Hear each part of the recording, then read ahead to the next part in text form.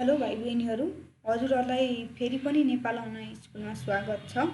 मैले अघिल्लो भिडियोमा क्लास 5 को हेल्थ एजुकेसन भन्ने सब्जेक्टको फर्स्ट च्याप्टर पर्सनल क्लिननेसको अलिकति पार्टको बारेमा डिस्क्राइब गरेको थिएँ है।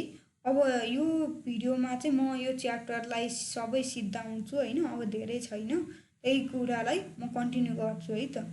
जस्तै मैले के कुरा गरेको थिएँ भने हामीले दाँत माझ्दाखेरि फ्लोराइड भएको टुथपेस्ट युज गर्नुपर्छ है भन्ने कुरा गरेको थियो। अब चाहिँ हामी अर्को कुरा गरौँ। जस्तै we should take bath for keeping our body clean. कस्तो हुन्छ भन्दाखेरि हामीले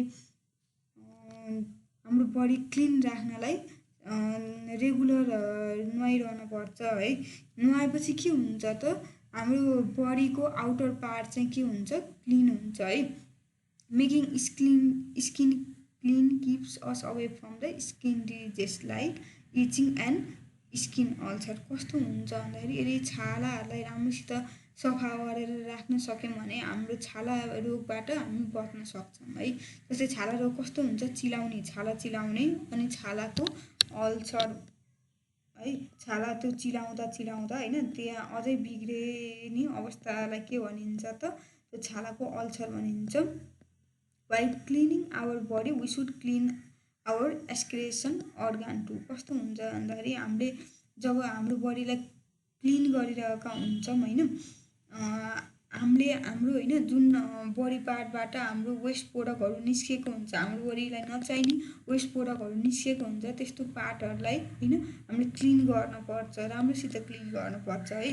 the organ that excrete urine is called the urinary organ. जुन अर्गानले होइन यो पिसाबलाई हाम्रो बडीबाट निकालिरहेको हुन्छ त्यसलाई चाहिँ युरिनरी अर्गान भनिन्छ अथवा रिप्रोडक्टिभ अर्गान भनिन्छ है। Urinary organ is tender in compare with the other organ होइन। यो एकदम सेन्सिटिभ खालको अर्गान हो है। This organ excretes the inner waste of the body. अब बडीभित्रको होइन फोहोर पानीहरूलाई होइन अथवा फोहोर इम्प्युरिटिजहरूलाई चाहिँ युरिनको रूपमा फाल्ने अर्गान चाहिँ के हो त, युरिनरी अर्गान हो है। This our hand and leg are the organ that are move more होइन। के हुन्छ भने हाम्रो हात र खुट्टा चाहिँ के हो त, सबभन्दा धेरै चलाउने पार्ट होइन बडीको। Eating with the dirty hand makes the stomach as diarrhoea होइन। जब हामीले फोहोर हातले केही खानेकुरा खाइरहेका हुन्छौँ त्यसले चाहिँ हाम्रो पेट दुख्ने समस्या अथवा डाइरिया हुन सक्छ है। त्यही भएर पनि हामीले के गर्नुपर्छ त, we should wash our hand properly with soap or ash होइन। साबुन नभएको ठाउँमा खरानी पानीले चाहिँ राम्रोसित मिची हात धुनुपर्छ है खाना खानु अघि।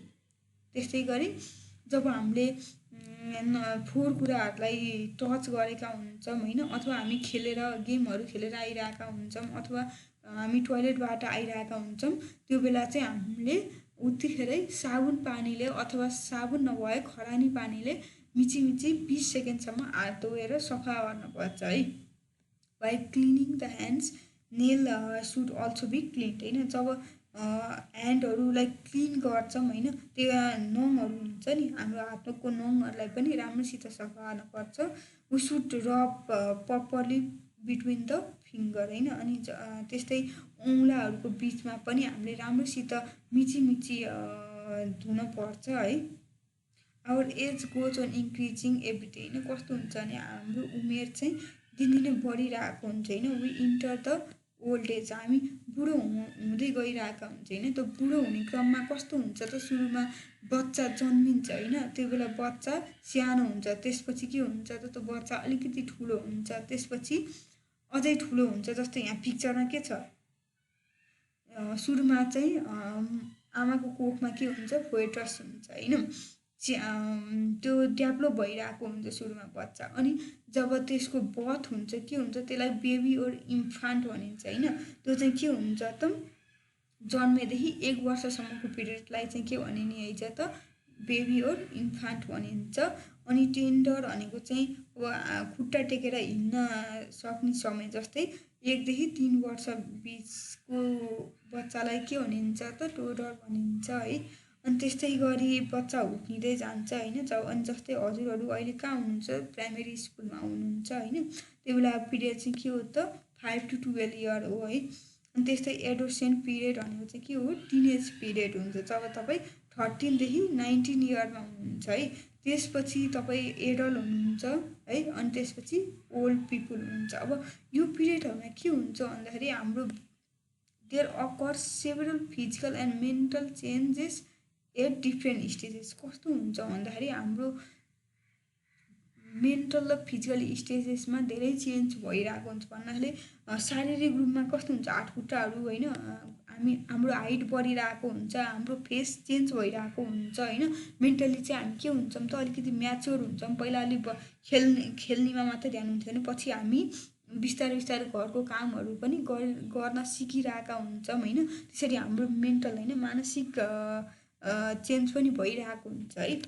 विथ फिजिकल चेन्जेस होइन, मेन्सुरेसन अकर इन गर्ल्स होइन। अनि केटीहरूमा चाहिँ स्पेसली के हुन्छ भन्दाखेरि शारीरिक परिवर्तन भएको कारणले होइन, बडी पार्टहरूमा परिवर्तन भएको कारणले मेन्सुरेसन पिरियड स्टार्ट हुन लाग्छ होइन। जस्तै हाम्रो घरतिर के मम्मीहरू दिदीहरू चाहिँ पिरियड भयो भन्नुहुन्छ नि, त्यो चाहिँ के हुन्छ भने उहाँहरूको पनि सर्टेन फिजिकल बडीमा फिजिकल सर्टेन होइन शारीरिक चेन्ज भएर होइन पिरियड मेन्सुरेसन साइकल स्टार्ट हुने हो है।